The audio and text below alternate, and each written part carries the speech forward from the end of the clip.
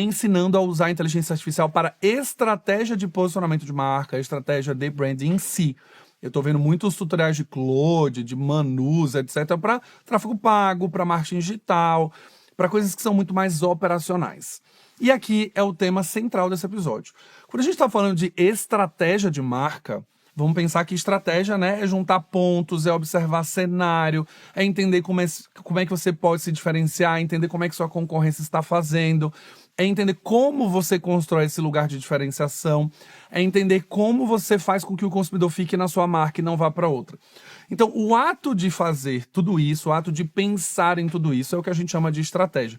Não é uma explicação, obviamente, muito simples aqui, sem nenhum tipo de dado teórico ou algum tipo de referência bibliográfica. Mas pensar numa estratégia é isso.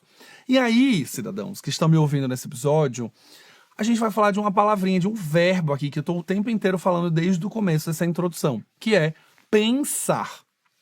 Quando a gente fala de uma estratégia, a gente precisa pensar.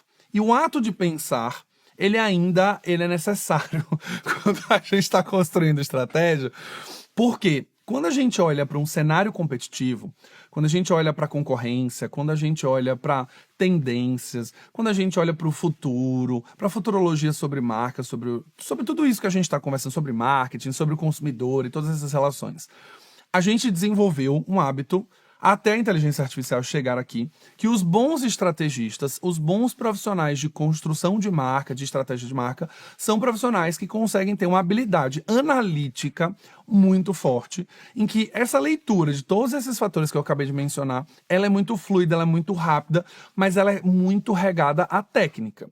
Esse profissional consegue justamente olhar para todo esse cenário e entender um espaço vazio ali na mente do consumidor que pode ser dominado, uma oportunidade de diferenciação que ninguém está trabalhando, com base em uma análise de comunicação. Esse profissional consegue olhar para que lá fora, nos outros mercados, está dando certo e trazer para o Brasil, por exemplo, só que numa visão conhecendo muito o país que a gente vive. Tudo isso faz parte do ato de pensar.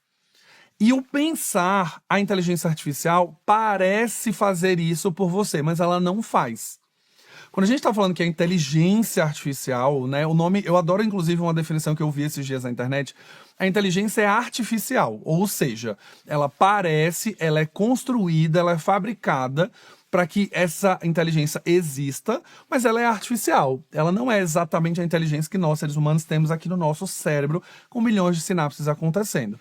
Ela tenta emular isso, obviamente ela consegue fazer muita coisa que a gente demoraria horas, dias, meses, e uma capacidade analítica muito forte para fazer isso muito rápido, mas ela não substitui ainda o ato de pensar. Por que ela não substitui o ato de pensar? Eu gosto de falar muito que a inteligência artificial ela é um copiloto, ou ela é uma ferramenta. E como toda ferramenta, você aprende a usar uma ferramenta para usá-la de maneira boa, de maneira eficaz, efetiva. Como todo bom copiloto, esse copiloto te ajuda a direção que você deu. Ele ajuda a manter você na rota,